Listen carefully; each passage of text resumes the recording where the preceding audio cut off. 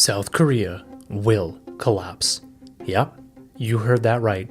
At its current rate, Korea is expected to go from a population of nearly 52 million to 34 million, a loss of over 30% in less than 50 years. Over that period, Korea will lose 50% of its workforce and have a median age of 60. Imagine that, a country where the average person is retired.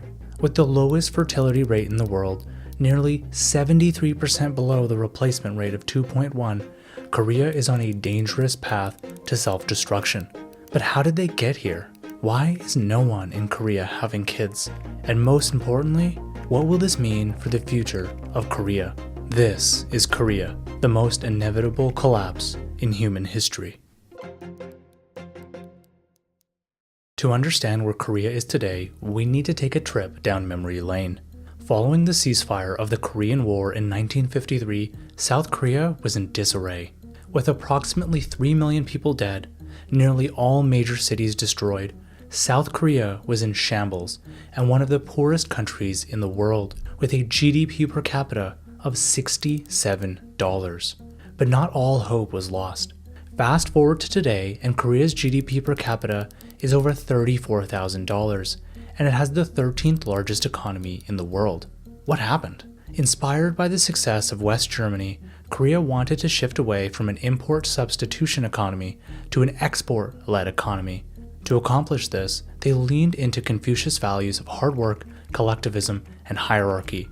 During Korea's rapid industrialization from the 1960s to 1980s, a strong emphasis was placed on hard work and long hours as a driver for national development, not personal success. This collectivist leaning was summarized with the concept of myalsa-bonggong, which roughly means destroy your personal life and devote yourself for the betterment of your community. Moreover, Korea was under strict military rule, meaning the promotion of these ideals was heavy-handed and enforced. Not only this, but deeply ingrained values of hierarchy within both Korean culture and military culture promoted a work environment focused on long hours instead of productivity. Workers showed deference to authority and participated in after-work social activities to show loyalty and build goodwill with superiors. The infamous Hoshig, where Koreans work until 8, 9, 10 p.m. and then go out until 1, 2, 3, 4 a.m. or as long as their boss is still out. All of this continued for decades, leading to today where Koreans work 1,900 hours per year. Compare this to peer nations like US, Canada, Australia, Germany, and others, and it's a stark contrast. But this data is actually quite misleading. It doesn't take into account the fact that Koreans are forced to participate in after-work activities, which can add many, many more hours to their day. Unlike their Western counterparts, Americans, Canadians, Australians, they go out if they please. It's optional. But in Korean culture, it's almost obligatory. Moreover, the number of hours worked per week has actually declined in Korea after the government introduced a modest 52-hour workweek cap instead of the previous 68-hour workweek. Think about that, a 68-hour workweek compared to what we see in the West of around 40 hours a week. And for all of this work, the question is, are Koreans making bank? Not at all. Koreans rank 19 among OECD countries for wages, which is $5,000 below the OECD average. That said, there are asterisks. Those who work for large corporations like Samsung can make a lot more money, nearly double the average at $87,000 a year, which is 8.2% higher than the EU average. So naturally, everyone and their cat wants to work at these companies. But how do you get a job there?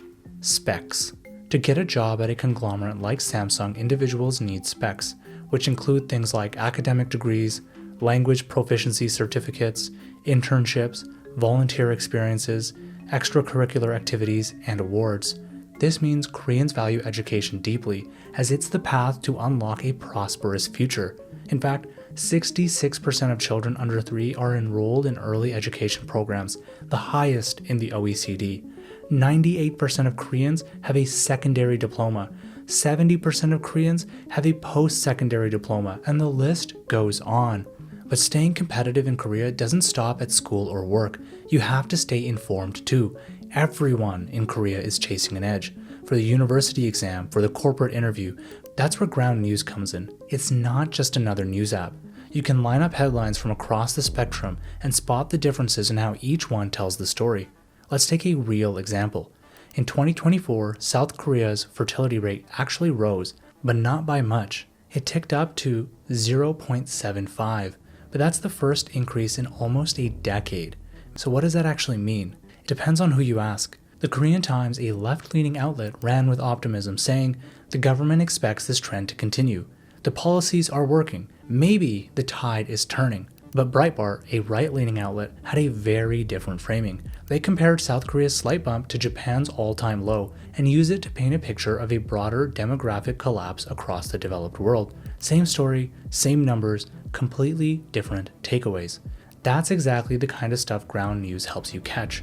It pulls in articles from over 60,000 sources globally, shows you who owns the outlet, how politically biased they are, and how trustworthy they've been over time, laid out in plain sight. And the best feature?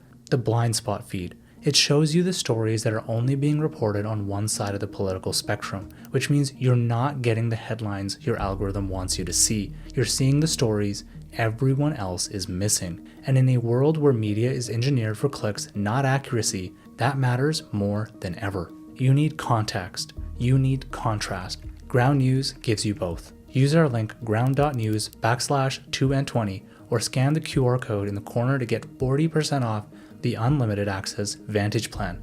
It unlocks everything I just showed you and helps support the channel too. I use Ground News because I want the full picture. If you do too, head to ground.news/2and20 in the description and sign up today. Now back to the video.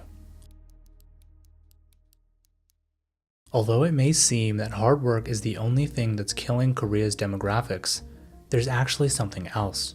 Korea is known to be a relatively affordable country to live in. In fact, Seoul is one of the most affordable major cities in the entire world and was ranked first in a cost of living survey of over 40 major cities. But then why are 20% of Koreans between 19 and 39 living with a debt-to-income ratio of 300%? Something unseen in the OECD, something unseen in the Western world. A lot of the statistics about Korea are misleading and don't reflect the entire picture. For starters, Korea's rental market is very different from the US and most Western countries. Historically, 70% of rentals in Seoul followed a system called jeonse. In this system, tenants paid no rent. Instead, they were solely responsible for utilities and maintenance. Sounds incredible, right? No, there is a very, very aggressive catch. Instead of paying rent, tenants put down a deposit equivalent to 50 to 80% the value of the property. Not 50 to 80% the value of the rental contract, no, the value of the property. That means if you were renting a unit that was worth $500,000, you would put down a deposit on day one of over $250,000. As you can imagine, this places a lot of burden on renters, especially young renters who haven't saved up enough to pay such exorbitant prices. Recently though, 50% of rentals have shifted to 월세, which is more similar to renting. However, even here, tenants generally still provide a significant deposit, upwards of 12 months of rent. Again, this places significant financial strain, but let's assume that you only worry about rent and you don't put up a ridiculous deposit. Is it affordable to have kids? Absolutely not. Let's actually unpack this data. Koreans who work at a chaebol or a large Korean conglomerate in Seoul that live modestly can save about $3,000 per month after rent and groceries. Not bad. But chaebols only comprise 25% of all employment in Korea, and not all chaebol jobs pay very well. If you are like the vast majority of Koreans working at a small to medium-sized enterprise, then you will likely save around $900 a month, which again sounds feasible, but there's a kicker. Remember how we mentioned that Korea is competitive, especially when it comes to education? Well, in Korea, there are these things called hagwon. Hagwons are private for-profit after-school academies. They help prepare students for college, entrance exams, English exams, employment exams, and more. All in all, the private education sector in Korea represents a nearly $19 billion industry. Which begs the question, how expensive are these? Entry-level hagwons are about $300 per month. More active ones jump to $700 to $1,000 per month. and elite hagwons can exceed well over $2,000 a month. This means that $900 of disposable income nearly vanishes with just one child, leaving no money for recreation, travel, dining out, and more. This leaves would-be parents with a critical decision: kids or no kids? By this point, it should be abundantly clear why Korea is having a demographic crisis. They work too hard and don't make enough. But what about Korean society and generally their culture? This too is a problem. Recently, Korea has seen a rise in no-kid zones, which explicitly ban children. Google Maps now shows 459 cafes and restaurants across Korea that don't even allow kids. And Jeju Research Institute identified an additional 93. The crazy part about this, 62% of Koreans find this acceptable. In a world that is becoming increasingly hostile to children, why would-be parents want to be parents? As society ages and people become more accustomed to places without kids, the willingness for society to reopen itself to their noise and chaos declines and becomes almost impossible to reverse. And unfortunately, it doesn't just end there. Korean culture is also deeply patriarchal. For example, in dual-income households, women spend over 3 hours per day on household chores, whereas men spend 54 minutes. Even in homes where only the wife works, women still do more housework, 2.5 hours versus 1 hour and 59 minutes. Confucian values, which prescribe a strict male breadwinner model and women's subordination, remain deeply influential. This extends to child-rearing, which is seen as a woman's exclusive duty. In fact, 72% of Koreans agreed that a man who stays home to look after children is less of a man. That is 3 times the global average and higher than conservative countries like India. And the craziest part, the survey of Koreans includes women. No wonder then women don't want to have kids. Women who are keen to have a life outside the home would be forced to rear children, take care of the home, and potentially work to make ends meet. The imbalance is so bad, some women are going on a birth strike. And in more extreme cases, they're joining a growing movement referred to as the 4B movement. The 4Bs represent no heterosexual marriage, no childbirth, no dating, and no heterosexual. Although still small, the 4B movement speaks volumes to the depth of the issue in Korea. The high standards and stress placed on women are almost unimaginable.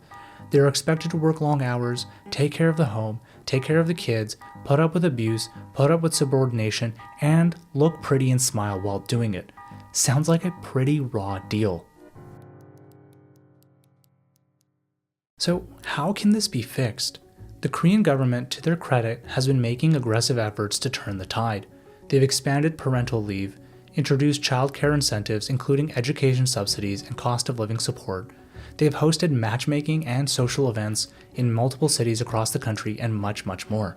But despite these efforts, South Korea's fertility rate remains the lowest in the world, with only a slight uptick last year.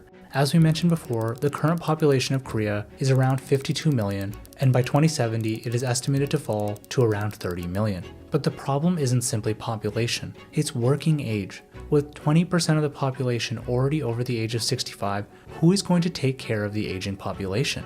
At this rate, nearly 50% of Korea will be over the age of 65 in 2070.